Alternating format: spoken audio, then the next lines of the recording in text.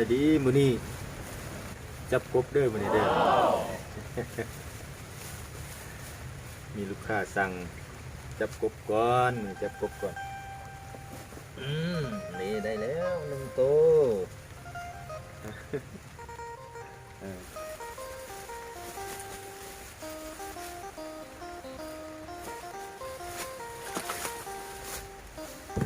ยากสมควรได้บ่ได้ง่ายได้สิได้นี่ก็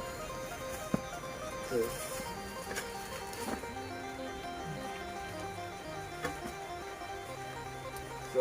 ตัว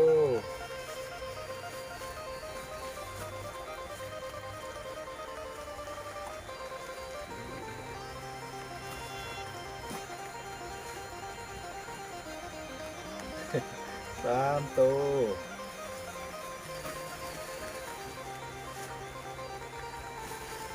หยุด4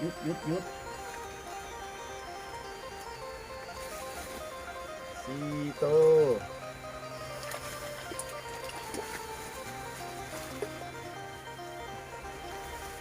ไปเบิ่งมันสิมีบ่ลีอยู่นี่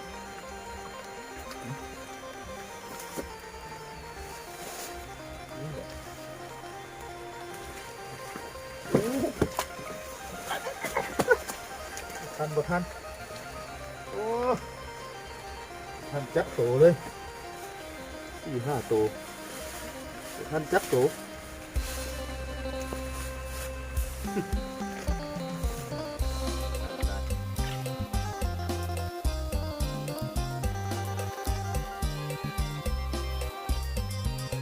ง่ายเลยเดี๋ยว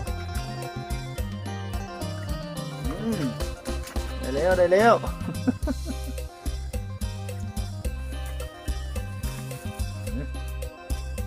20 กว่าตัวแล้วนี่มีฮอดแล้ว2 โลนี่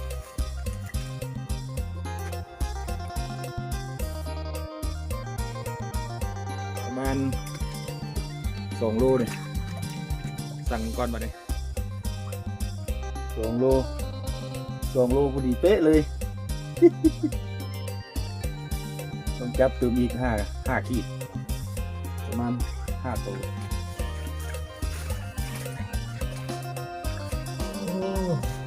ล้วนี่ตัวตัว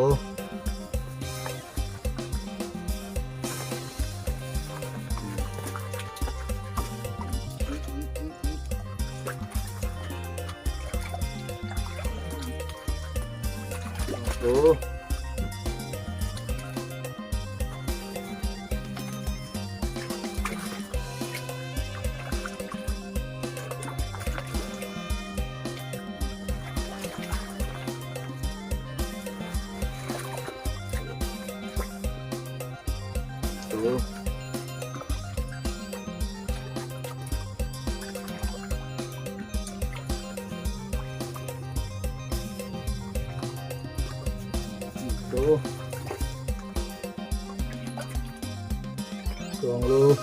3 ขีด2 โล 3 ขีดโอเค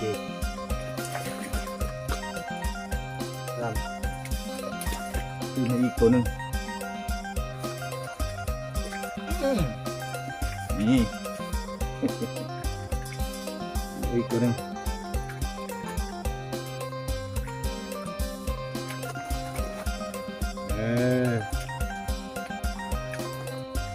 ดีแล้ว